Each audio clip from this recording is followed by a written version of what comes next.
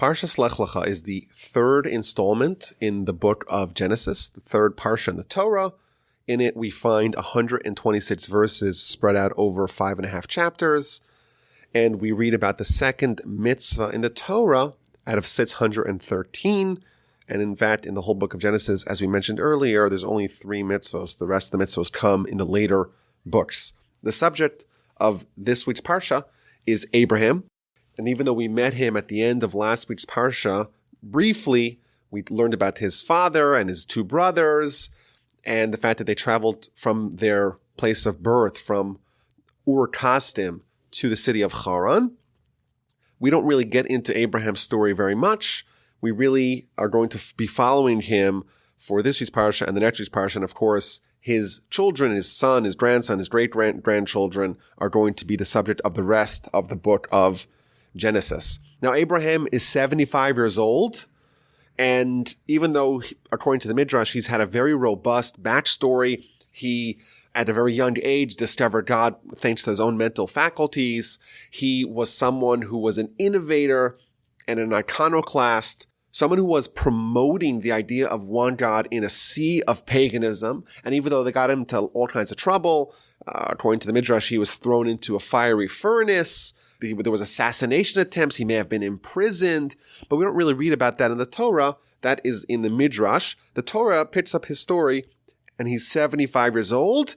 And chapter 12 begins, Hashem said to Abraham, go for yourself from your land, from your relatives, from your father's house, to the land that I will show you. God says it's time for you to leave this place and move to a different land, abandon your homeland, abandon your relatives, abandon your father's house, and travel to the land that I will show you.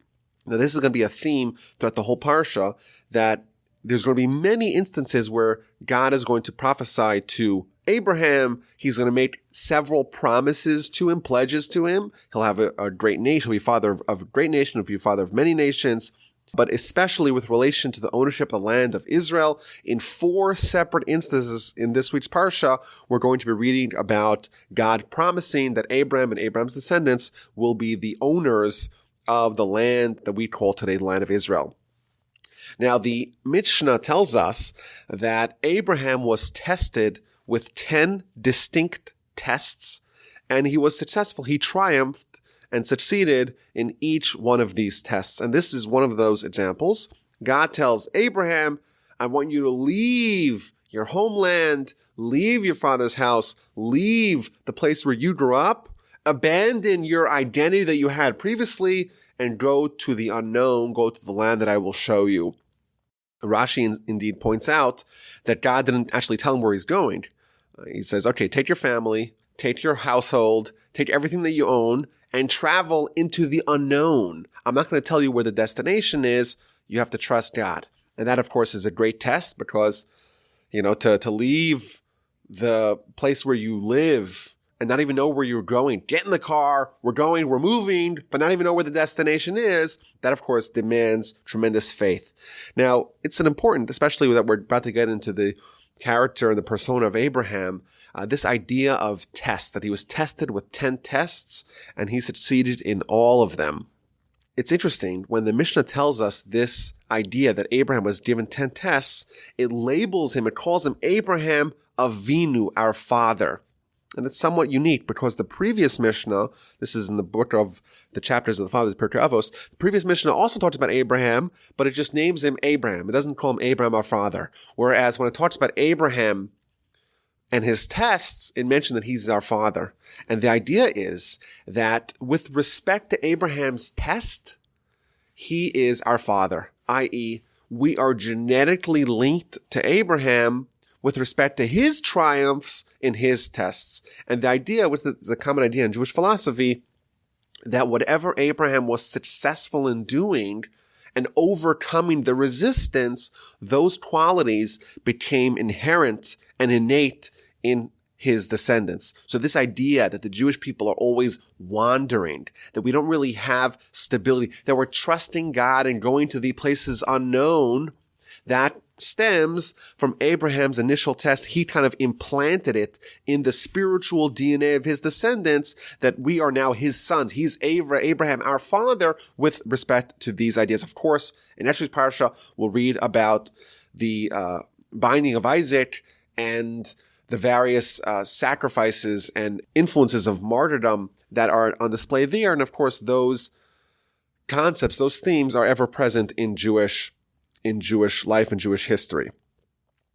Now, Rashi also points out that there was two reasons why God did not tell him where he was going. Number one, it was so that he would cherish the destination. It's like when you want to reveal something and you want the recipient to appreciate it, you don't necessarily tell them everything right away. You kind of reveal it bit by bit. Similarly, God wants Abraham to love and cherish the land of Israel, the land of Canaan, and therefore he doesn't reveal to him the destination. He makes it exciting for him. Number one. Number two, Rashi says that the second reason why God did not reveal the destination is because he wanted to give Abraham reward for each word.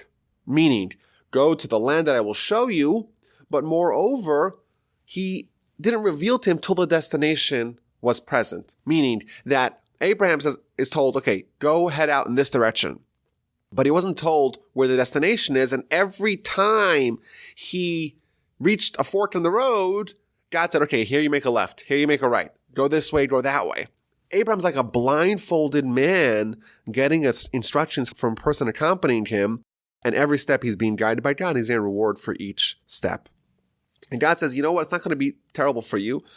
In this new place where I'm going to send you, I'm going to make you a great nation. I will bless you. I will make your name great, and you shall be a blessing. Rashi says, what does it mean? You should be a blessing. From now on, you are going to have the ability to bless other people.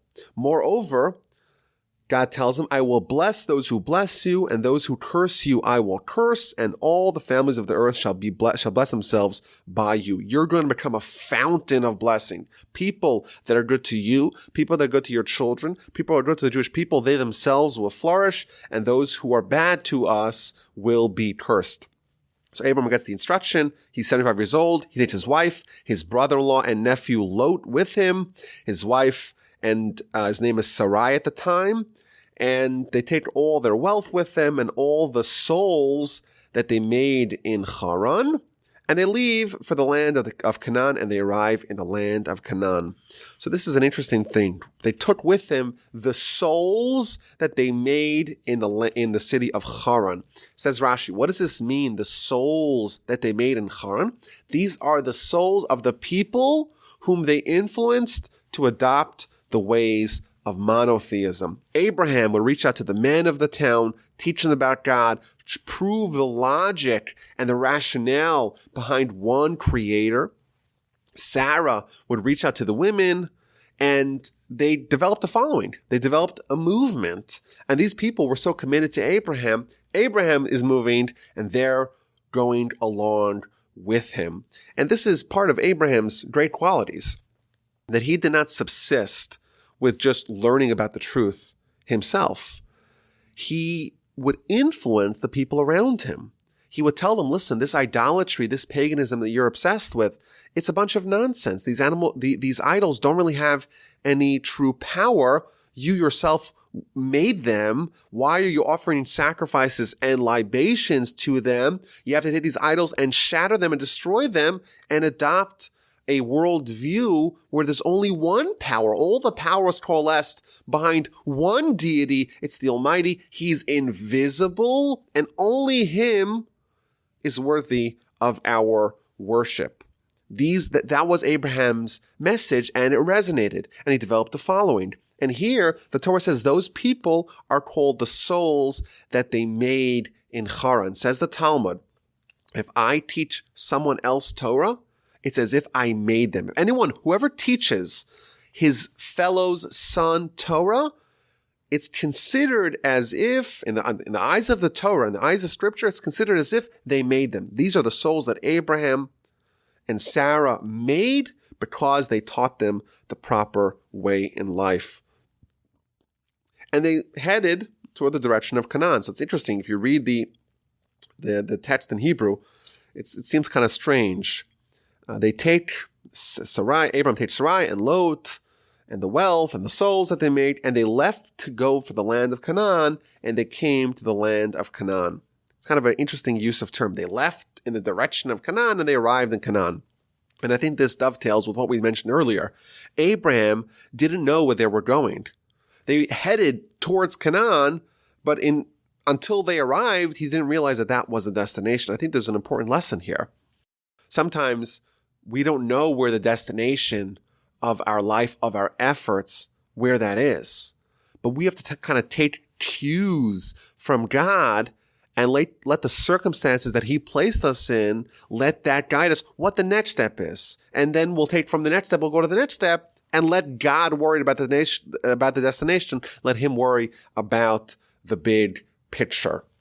So they arrived into Canaan, and Abraham is traveling in the northern parts of Canaan, in the city of Shechem, in the plains of Moreh, and the Torah tells us that the Canaanites were then in the land. And it's interesting, it doesn't say that the Canaanites were in the land, it says the Canaanites were then in the land, implying that they weren't there previous, and maybe they won't be there afterwards. So Rashi tells us that when the world was kind of divided up amongst the three sons of Noah, his son Japheth got Europe, his son Shem got Asia, and his son Ham got Africa. And of course, the land of Israel, if you know the geography, almost straddles these three worlds. It's kind of at the isthmus connecting Africa, Asia, and Europe. And we know throughout the history, this land has been such a critical juncture connecting these various worlds that it became like a point of contention. Like people who lived in Europe sometimes controlled it. Africans sometimes controlled it. Asians in the Middle East and even the Far East, they sometimes had a say in the land. And this is interesting. Rashi tells us that really this land was apportioned to Shem, but the Canaanites were then in the land, meaning that they were conquering the land. The children of Ham, the Canaanites, were conquering the land of Israel from the descendants of Shem, implying that really it does belong to the descendants of Shem, and that would of course be Abraham, but at that time was controlled by the Canaanites. So this is interesting, this idea that the land of Israel is contentious. It's a land that is heavily disputed. Everyone seems to want it. It's not a modern phenomenon. It's something that existed all the way back in biblical times. Okay, so now Abraham's in Israel, and God appears to him again. Hashem appears to Abraham and says to him, "To your offspring I will give this land." So Abraham built an altar to Hashem, and then he relocated to the mountain east of Bethel, and he built a second altar, and he invoked the name of God. Then Abraham journeyed on, journeying steadily towards the south. So Abraham is given this amazing promise. He gets the land of Israel. God appears to him and tells him, your children will be the owners of this land. I created the land, says God. I'm going to give it to you. And Abraham, of course, is very excited with that. So he builds an altar. On the altar, that was a place where he prayed. That's what Rashi says. Comes along the Ramban and says, no, this altar was not a place, was not a function of, was not a venue, was not a venue for prayer. Rather, it was almost a platform where Abraham would give speeches and would convene people to hear his message of monotheism. And what Abraham, and the reason why in successive verses, verse 7 and verse 8, Abraham's building altars, that was his thing. He was a traveling peddler of truth, of monotheism. And he was in one place, he built an altar, gather a crowd, and teach them about God. And then he'd go to a different place and gather a crowd and teach them about God. And the Ramban points out that the land of Israel is, and certainly was at the time, especially auspicious to get people to believe. Abraham already believed in Ur-Kasdim and in Haran, but his success in influencing the masses really took off once he comes to the land of Israel, a land where he's unlocking all these blessings that God tells him about, but also a land that's most primed for believing in God. And there's an interesting little tidbit here. Rashi points out that as Abraham is traveling, he's pitching his tent. But in Hebrew, the actual word referring to the tent is written in the feminine, meaning that he pitched his wife's tent before he pitched his own tent. And this is, again, a pattern that we're going to see again and again throughout the Torah's narrative about Abraham, that every little nuance of his behavior contains within it lessons in proper character. And here we see that he's traveling from place to place, and every place he goes, he's to pitch his tent. But whose tent does he pitch first? He pitches his wife's tent. The Torah is telling us that it's important for us to model ourselves after Abraham. If there's kindness that needs to be done, your wife goes first, and then it's your turn. Now, Abraham seems to be settling down nicely in the land of Israel. He's traveling all around. He starts heading south towards Jerusalem. But as he's kind of getting his bearings in the land of Israel, there's a famine. And Abraham descended to Egypt to sojourn there because the famine was very severe in the land. And thankfully, in modern times, famines are much more rare. But certainly in antiquity, where they didn't have such an advanced agricultural technology like we have today, famines were quite common. If there's a bad winter, if there's a bad season, there's a bad harvest, there's a swarm of locusts, what are you going to do? People would quite commonly starve to death. So there's a famine right after Abraham gets the land of Israel. There's a famine and he has to flee. And that in itself is another test. God tells Abraham, go to the land of Israel. I'm going to make you rich. You're going to be blessed. That things are going to be great. And he gets to Israel and things aren't that great. And he has to leave. There's a famine. He's scared he's going to die and starve to death. And that, of course, is a test for Abram to see, is he going to question God? He's going to say, wait a minute. God's not keeping his word. God told me things are going to be great here, and I get here, and he gives me a famine. That's the test. Abraham is successful in not questioning God and not losing his faith over the famine, and he travels to Egypt. And on the way to Egypt, he realizes he has a problem. His wife Sarai is beautiful. And he's going to get to the Egyptians, and they're not so used to seeing such a beautiful woman, and they might abduct her, and they might kill him. So what does he do? He comes up with a solution. He says, tell them that you're my sister. So things will be good for me. I'll survive. I'll live, and I won't be killed as a result of them trying to usurp you from me. Now, it's really interesting if you kind of unpack this episode. First of all, what do we see about the Egyptians? In the Egyptian worldview of the time, murder wasn't so bad. But adultery? Well, that was a big no-no. It's almost like the exact opposite of the morality standards of the time that we live in. In our world, adultery is common. It's not even illegal. Whereas murder, of course, that's terrible. And here we see the Egyptians, it was the other way around. Murder was okay. If Abraham's married to Sarai and we really want Sarai, we're not going to take Sarai if she's a married woman. Oh no, we can never do that. She's a married woman. That's sacrosanct. She's untouchable. It's totally taboo to go take a married woman. But a murder? Hey, things like that happen. And we actually know historically that during that time, people, the most common cause of death was probably murder. Up to a third of people, that's how they died. And today, of course, murder is still prevalent or still exists in our society. Of course, that's terrible.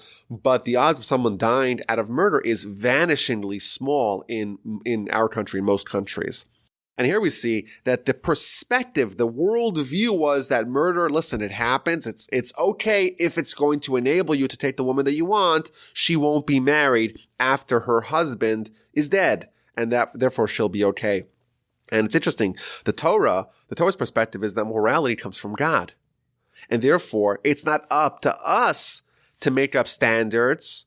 Because as we see, if we make up standards, then the standards that exist for us today, we may think they're moral, but a future society may think that they're barbaric. Just like we look back at previous societies and their moral mores, and we say that they are in our eyes, barbaric. So what's the solution? Abraham is not married to Sarai. Abraham is just the big brother. He's her brother, and she's his sister, and therefore they're not going to attack him. So the Ramban points out, wait a minute, isn't he allowing Sarai to be taken? Isn't the right thing for him to defend her? It's interesting. So the Ramban says that Abraham made a mistake. He shouldn't have done what he did. He shouldn't have left Sarai to the dodge, so to speak, by saying that she's fair game. She is his sister. He should have said, no, she's my wife, and trust that God will watch over them. That's what the Ramban says. Now, one of the other commentaries points out is that Abraham did not make a mistake. What was he supposed to do? If he stays in the land of Israel, he's going to die of hunger. So he has to go to the place where there's food, and that was Egypt. So he has to go to Egypt. Okay. So if he's going to say that she is his wife, well, they're going to kill him and take her regardless. So what does Sarai have? She's still going to be accosted, and her husband is also dead. Whereas if he says that she is his sister, then her husband will still be alive. Maybe they're about to flee this terrible place. But of course she will be taken, but she'll be taken regardless. So it's just an interesting thing that there's two ways to look at what Abraham did. Did he make a mistake or not? I think regardless, there's a very powerful lesson. And that is that Abraham is telling us almost that his wife is like his sister. And this is an idea we mentioned a few weeks ago, that maybe the lesson is that a healthy marriage is when the husband and wife are so committed to each other, they become like siblings. Just like you can't change your sibling, your sister is your sister regardless. Maybe what Abraham's telling us is that a healthy marriage is one where there aren't so many emergency exits to make it possible for us to flee the marriage. No, we're all in. She's like our sister, and we'll make it work out. Maybe such an attitude is one that's more likely to succeed. Anyhow, they go ahead with this plan. They see Sarai, she's so beautiful. They start lauding her to Pharaoh, and she's taken.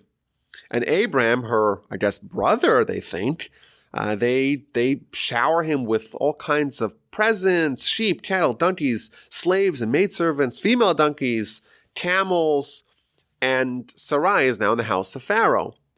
But Hashem protects her, the Almighty protects her, and he afflicts Pharaoh, along with his household, with severe plagues because of the matter of Sarai, the wife of Abraham. So everyone in the house of Pharaoh is stricken with illness. Pharaoh is not able to do his plans with Sarai. So what does Pharaoh figure out here? Pharaoh summons Abram and says to him, "What is this you have done to me? Why did you not tell me that she is your wife? Why did you say she's my sister so that I would take her as my wife? Now here is your wife, take her and go." It's an interesting thing. And the Ramban points this out. Pharaoh, without being told that there was a deception here, that Sarai was really Abram's wife, Pharaoh figured this out on his own. All kinds of terrible plagues befall him and his household, and he asked himself, am I making a mistake here? Maybe the reason why these bad things are happening to us is because God is disappointed in my behavior. She's really his wife, and therefore he calls over Abram and says, why did you do this to me? This is an interesting thing. We think of certainly someone like Pharaoh of yesteryear as being someone who's very uncouth, very unsophisticated, certainly someone who's distant from spiritual principles, from spiritual ideas. And here we see that he asked himself this question, why did this bad thing happen to me? And he concluded that he must have made a mistake. He was spiritually attuned. My grandfather used to say that the Talmud tells us in the book of Brachos, page 5a, that if someone notices that bad things are befalling him or her, they should examine their deeds, see what message God is trying to send them. And here we see Pharaoh, something bad happened to him, and right away he undergoes an introspection to say, what did I do wrong? There was something spiritually Pharaoh had some spiritual sensitivity. He gives Sarai back to Abraham, and he makes sure no one touches them, and he sends them along their way. And they return north back to Israel. The famine has subsided. They've survived the experience of Egypt. They still have Lot with him, but now Abraham is laden with all kinds of livestock and silver and gold. His wealth is burgeoning. The verse points out that on his way back to Egypt, he patronized the same businesses that he had used on the way down. And Rashi tells us that this is a lesson for us in proper conduct. If you are used to using one vendor for your needs, it's not necessarily proper to just switch it up and use someone else willy-nilly. Anyhow, Lot is traveling with Abraham, and he too, because of Abraham, he is also laden with flocks, with cattle, with tents. And now there's a little bit of a scuffle here between Lot and his shepherds and Abraham and his shepherds. There's too much possessions, and it's getting kind of crowding, claustrophobic, and there's also disagreements in policy. Rashi tells us that Lot, in his view, he's the sole heir to all of Abraham's fortune. After all, Abraham doesn't have any children, and he's the closest relative. He's a brother-in-law, he's a nephew, and who's going to inherit Abraham? Lot. Well, God promised Abraham that he's going to give him the land of Israel. Ergo, who's the heir to the land of Israel? In Lot's eyes, it's Lot. And therefore, Lot travels around the land, and he instructs his shepherds, don't muzzle the animals, the mouths of the animals that you're sending around the land, because after all the land really belongs to us. Everyone is here is really squatting on our land. And whereas Abraham instructs his shepherds, no, you have to muzzle your animals, don't have adventure in someone else's field to eat up its produce, because it doesn't belong to us yet. But regardless, there's an escalation here in the tension between Abraham and Lot. And Abraham says to him, listen, I want to be friends with you. We're brothers, we're kinsmen, but it's not working out. So you tell me, do you want to go this way? Do you want to head right? I'll head left. Do you want to head left? I'll head right. Whichever direction you go, I'm going to go in the opposite direction. We'll still be close. We'll still be friends. We'll still visit every once in a while. Sure, but let's give us some breathing room so that you and me won't have to deal with this tension. And Lot makes the bad decision to head towards the cities of Sodom and Gomorrah. He looks at the plains of Jordan, and it was like the garden of Hashem. It was bountiful. It was luscious. It was so robust with material wealth that he said, I'm going to choose this direction. He heads towards the city of Sodom and Gomorrah, and the Torah tells us that these people are wicked, they're sinful before God, but Lot is tantalized by the financial opportunities. He heads towards there. Abraham heads in the opposite direction. Once Lot has parted from Abraham, immediately God returns to Abraham, gives him another prophecy, tells him to look up, raise his eyes, see everywhere that he could see, north, south, east, west, the whole land of Israel, the whole land that's now called the land of Canaan. To you I will give it, and to your descendants forever. I will make your offspring as numerous as the dust of the earth, just like it's impossible to count the particles of dust on the land, so too it'll be impossible to count your offspring. And now God tells him, walk the land through its length, through its breadth, for to you I will give it. So Abraham moves his tent and came and dwelled in the plains of Mamre, which are in Hebron, which is again south of Jerusalem. And again, he builds an altar for God. So this is the second time in our Parsha where Abraham is given the pledge that his descendants will have the land of Israel. But here we're told in addition that his nation that will emerge from him will be as numerous as the dust of the earth, just like it's impossible to count the amount of particles of dust in the land, just like that number is beyond the scope of what we could possibly even imagine in our head, it's so large, so too the Jewish people, they're going to have a spiritual quantity that will supersede the scope of numbers. They won't be able to be put into any limitations. They're going to be so explosive in their impact that it's not going to be able to be properly quantified. Now, it's interesting. God tells them to look across the land in all directions, and then he tells them to walk across the land in all directions. And the commentaries point out that Abraham's acquisition and conquest of the land was really twofold. There was a spiritual acquisition of the land, and then there was a physical conquest of the land. And therefore, for the spiritual conquest, he told them to look at it. And that was kind of the spiritual means of acquisition. And the physical means of acquisition was conquered. He conquered it, so to speak, for his descendants by traversing the entire land. Now, chapter 14 tells of a world war, essentially, that happened in the region. There was 4 kings, and they battled 5 kings, and the Torah describes the names of the kings, the locations, and the result of the war. But the reason why it's significant to our narrative is because these 4 kings that defeated the 5 kings, they ransacked the city of Sodom and Gomorrah, and they captured Lot and all his possessions. And therefore, Abraham felt compelled to join in this conflict because he wanted to rescue his nephew and his brother-in-law. So they tell him that his brother Lot has been captured. Abraham hears it right away. He arms his household and he gets involved in the war.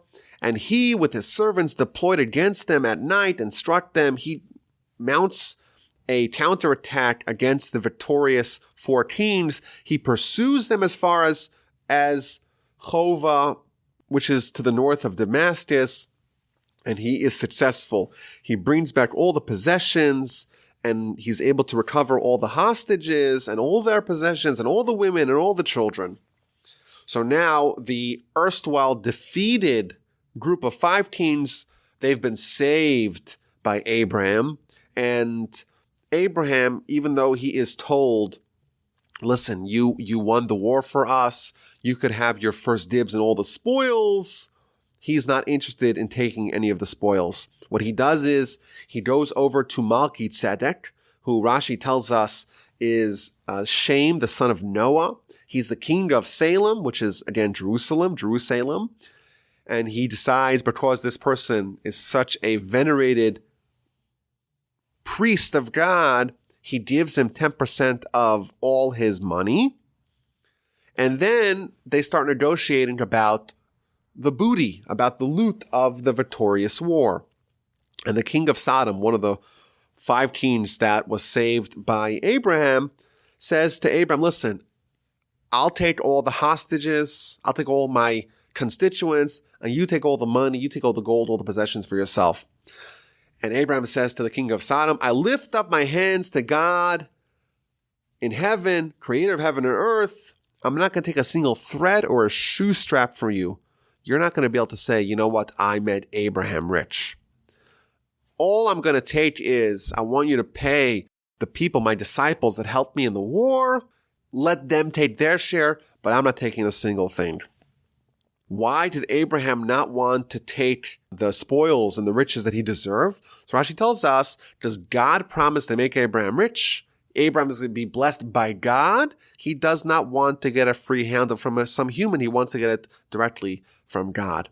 Now, it's interesting. The Torah points out that even though Abraham himself didn't want to, he refrained from taking any of the spoils, that did not extend to the people that were with them.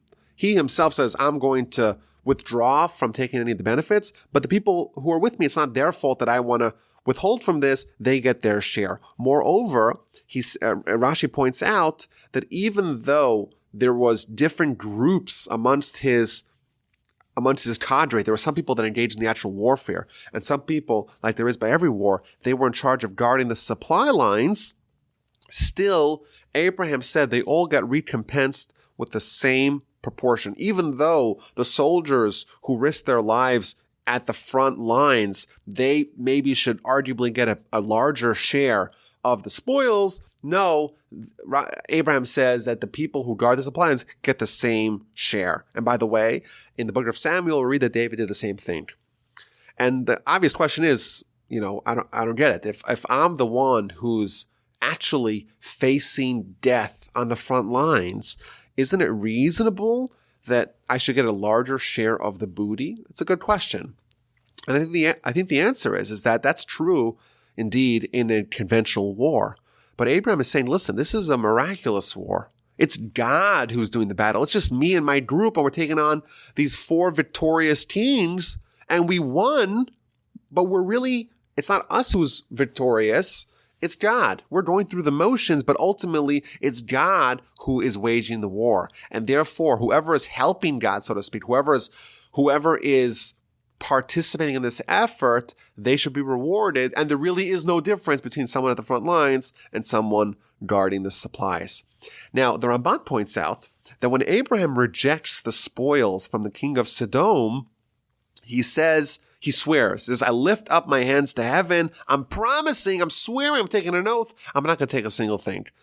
Why did he have to swear? That's a question that the Ramban dwells upon. And he says something I think very powerful, very relevant. He says, righteous people, whenever they're in a challenge, whenever they're faced with a dilemma, whenever their Yetzer Hara, the evil inclination, may have an opportunity and inroads to get them to make a mistake, they right away try to lock it into a corner by making an oath. We maybe think that we're strong enough, we're resolute enough in our spiritual standing to withstand temptation. And here we see that Abraham says, no, I'm not going to rely on my finesse to overcome this challenge. I'm going to kind of concretize my decision of not partaking in the booty, even though I may be inclined to do so, by making an oath. And this is an interesting tactic that maybe we could use in our own challenges with our own Yetzer Hara, with our own evil inclination, that to try to kind of give force to our Yetzer Tov, to our good inclination, by almost forcing the issue, not necessarily making an oath, but amplifying the forces, ensuring we make the right decision. Chapter 15 picks up right after the war, and again, God appears to Abraham in a vision, telling him, don't be scared. I am your shield. Your reward is very great. So Rashi tells us something very interesting, a pattern that we see throughout the Torah. Abraham, after he was victorious against a massive army of 4 kings, he's worried. Maybe this miracle exhausted my spiritual merits. Maybe I had some merits, but now I lost them because of the miracle that happened. And God tells him, don't worry. I'm your shield. Your reward is very great. Don't worry that you have lost your spiritual bank account.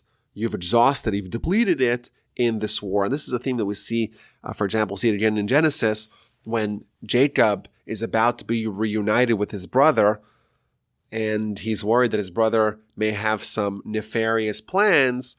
He makes the same kind of argument where he tells God, maybe I have nothing left. Maybe all the goodness that you have done to me, maybe that's depleted my spiritual bank account, my spiritual reserves of merits. It's an interesting perspective because, Abraham, Isaac, and Jacob, these are the giants, the founders of Jewish history, the pillars of the world, and they're worried that maybe they've exhausted all their spiritual merits. And I think, for us, we're like, I'm a pretty good guy. I'm righteous. I put on tefillin today. I prayed today.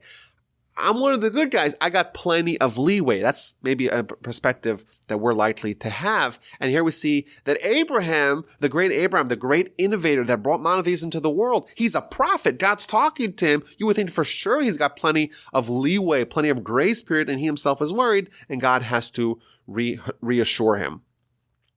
And Abraham says, listen, it's great that you reassure me, but who's going to inherit me? I don't have any children. And all I have is my right-hand man, Eliezer, and he's going to be the one that inherits me. So God tells him, again, no, this person, Eliezer, will not inherit you. Only he who shall come forth from within you, your actual biological child, will inherit you. And he takes him outside. Look at the heavens. Look at the stars. If you can count the stars, that's how you should be able to count your offspring. Just like it's impossible to count the stars, there's so many of them, so too the Jewish people, similar to the idea we had earlier, just like the dust and the stars are things which are so beyond, we can't fathom numbers so large, so too the Jewish people are going to have a spiritual entity, a spiritual quality that's going to render them beyond the ability to be quantified in conventional ways. Now, it is interesting that even though the amount of stars that exist and the amount of dust particles that exist are so large, there's still a grand difference between a dust particle and a whole star. You know, our sun that gives us light and maintains this, the only reason why we can live is because we have a sun that keeps this world warm and gives us light. That's like an average star.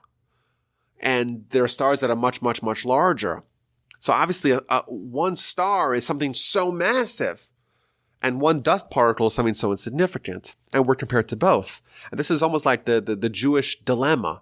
We have the ability to transcend everything, to be so incredible, to be such a beacon of light. But unfortunately, we also have the ability to descend to the lowest depths and be something so insignificant.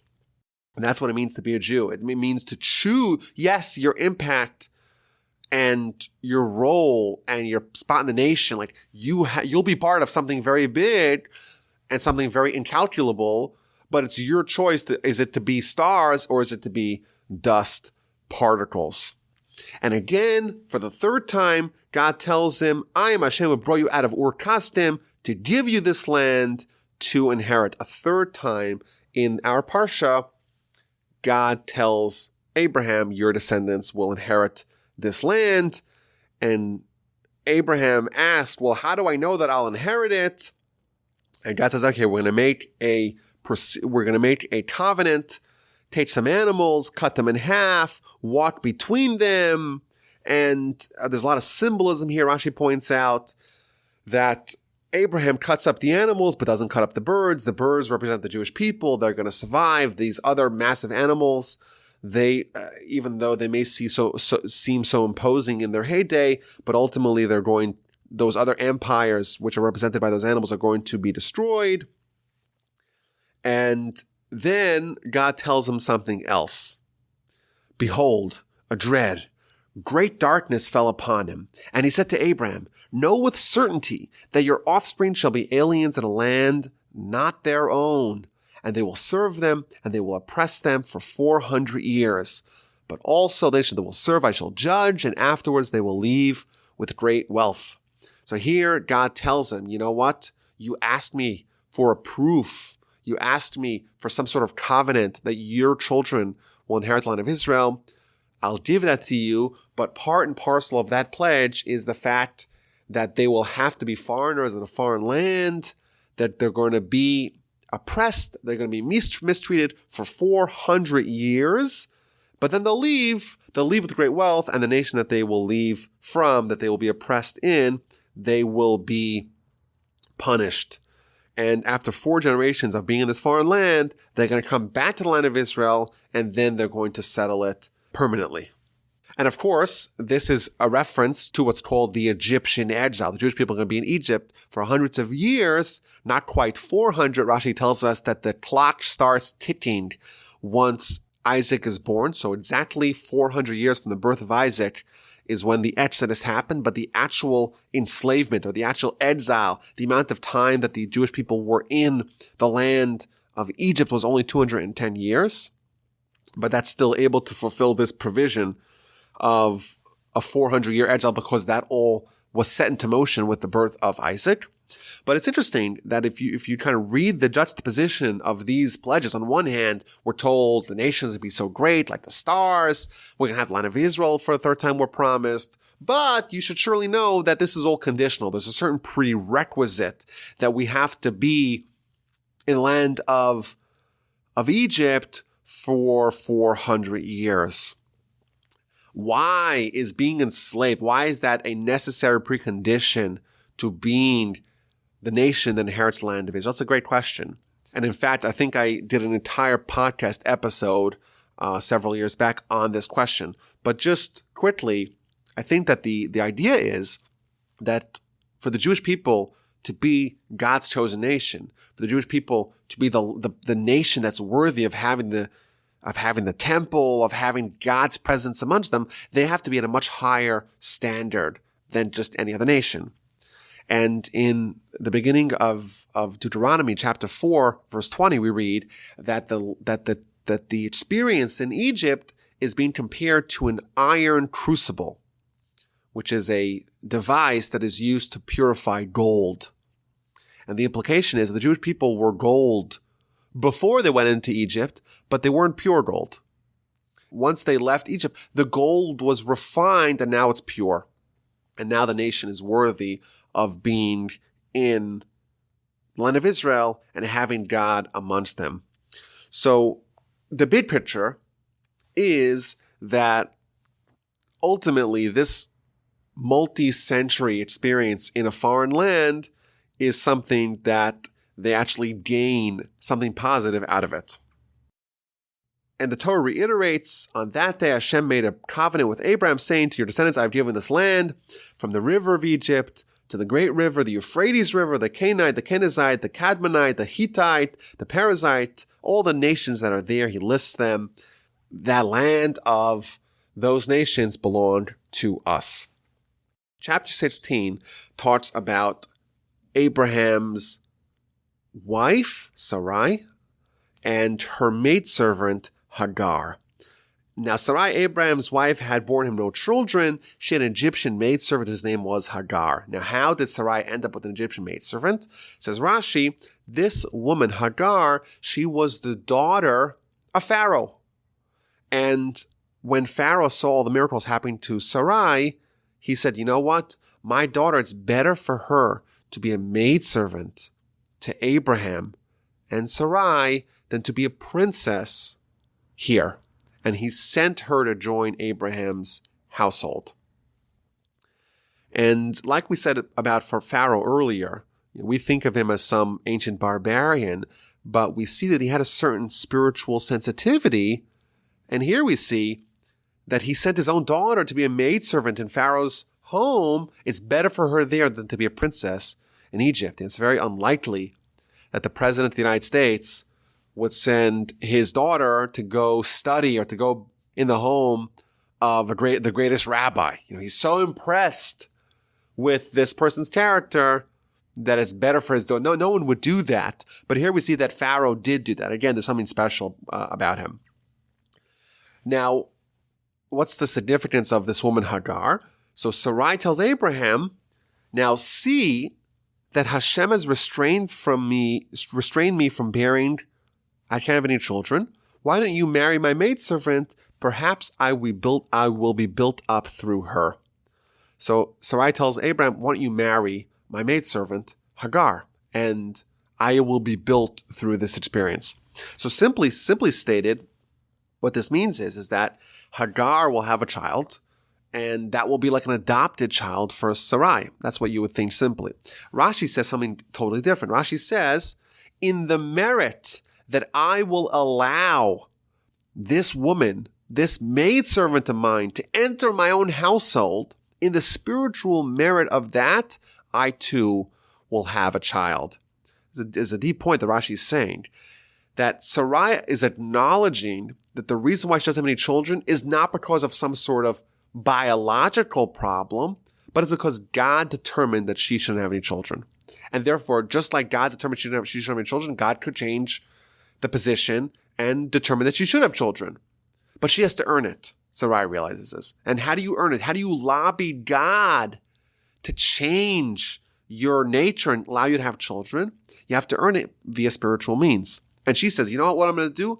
I'm going to swallow the most bitter pill possible. I'm going to allow a competitor for my husband. I'm going to allow him to marry this other woman. Moreover, a woman that she's my maidservant. And by me absorbing that spiritual pain, that's going to give me the strength to tell God, you know what, I did that. Now will you reconsider? So indeed that happens. Abraham marries Hagar and she becomes pregnant.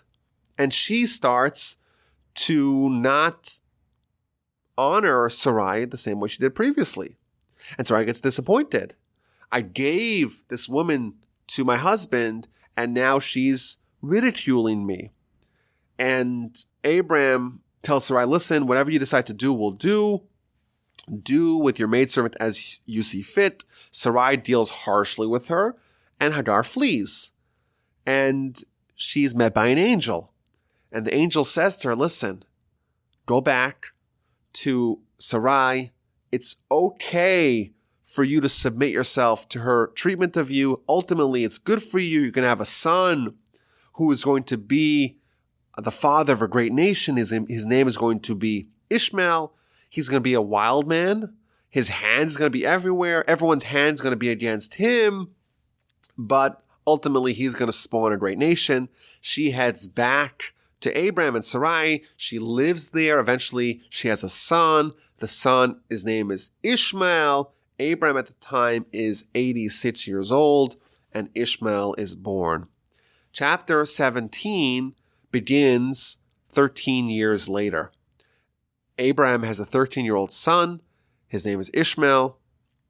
Abraham is now 99.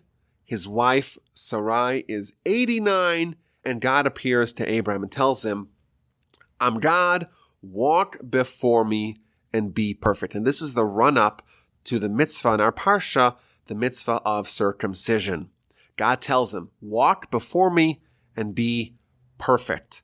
Says Rashi, right now, God tells Abraham, you're not perfect. Why? Because so long as you have the foreskin upon you, you are blemished. However, once you fix that, once you undo that, once you rectify that, once you perfect your body, then you will be perfect. And that's also interesting here that this mitzvah, the run-up to this mitzvah, is where God tells Abraham to walk before me. That's words that appear elsewhere in the Torah. You should walk in the ways of God. And this implies that whatever the mitzvah of circumcision represents, it's not just a one-time deal. It's not just like a one minor procedure that you do to a small baby, or in the case of Abraham, a 99-year-old man. It's not a one-off mitzvah. There's something there that represents a certain relationship that it is symbolic of, a relationship between man and God that is really something that a person can live with their entire lives. So Abraham throws himself on his face. God speaks to him. This is my covenant with you. You should be a father of a multitude of nations. Your name is no longer Abraham. It should be Abraham. You're going to be a father of many nations. I will make you most exceedingly fruitful, and many nations and kings shall descend from you. I will ratify my covenant between me and you and between your offspring after you throughout the generations, an everlasting covenant to be a God for you and to your offspring after you.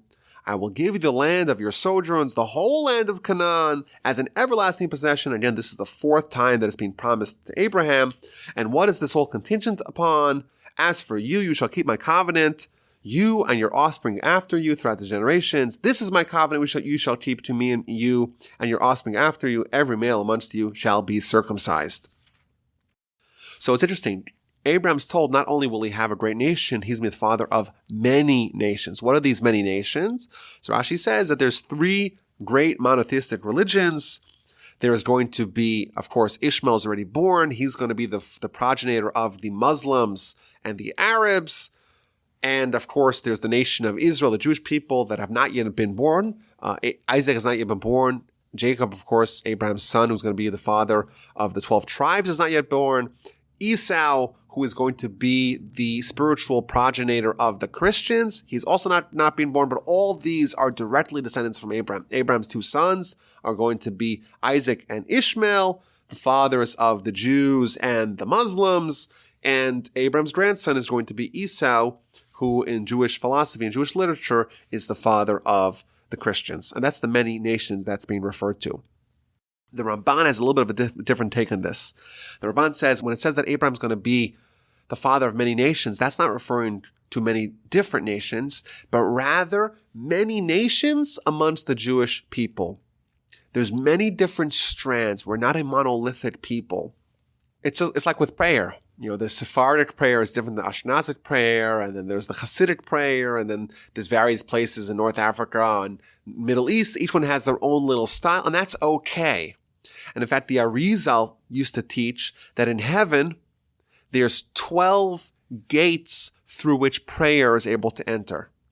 And each one of the tribes of Israel has their own special way of connecting with God via prayer. Of course, you could have made one massive gate for everyone, but no, we're like a nation with lots of diversity. Each tribe has its own style, and that's okay. That doesn't detract from the nation. In fact, it enhances it. And it's interesting here in this whole promise that God gives to Abraham, he's connecting the circumcision with the land of Israel, with the Jewish people believing in God. And Rashi says something very astonishing in verse 8. I'm going to be the God of you and your offspring, and I'm going to give you the land of Israel. Says Rashi, if someone lives in Israel, then they have a connection with God. But if someone lives outside of Israel, then they don't believe in God, which is a very astonishing statement. But my grandfather used to answer this by saying that every land, every country, every nation has a spiritual angel through which the godly influence is filtered. Whereas the land of Israel has no buffer separating God from the land of Israel. So there's almost like an unrestrained relationship between the inhabitants of the land of Israel and God. And that is, I think, what is, this so significant about this land. 4 times Abraham is promised to have him and his descendants land of Israel. What's so significant? Why can't we have moved to a different place in the world? It's like Golda Meir used to complain that Moses brought the Jewish people to the one place in the Middle East that doesn't have any oil. I guess that was before they discovered the massive gas fields or whatever. Maybe there still is oil. Who knows? But what's so special about this land? And here we see the answer. This is the place where humans can connect to God in the most unadulterated fashion. So much so that Rashi says that if you live outside of Israel and you're locked out of this amazing relationship, it's almost as if you don't believe in God. Now, just quite briefly, the idea of the circumcision, I think, does get at a lot of the major themes of Abraham's own personal life and really of the Jewish nation going forward.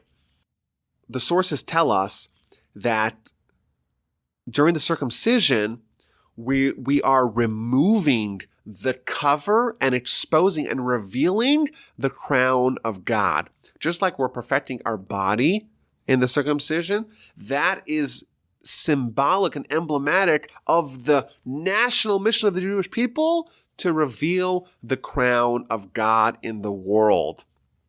And therefore, Abraham, who was the greatest innovator in this whole field, and he was the one who discovered this idea on his own, the idea of God, and disseminated it to the world. He was the one who began the process of undoing the darkness and the chaos that existed prior and revealing the crown of the world. He is given the mitzvah of circumcision, which symbolizes this transformation that our nation is tasked with bringing about in the world.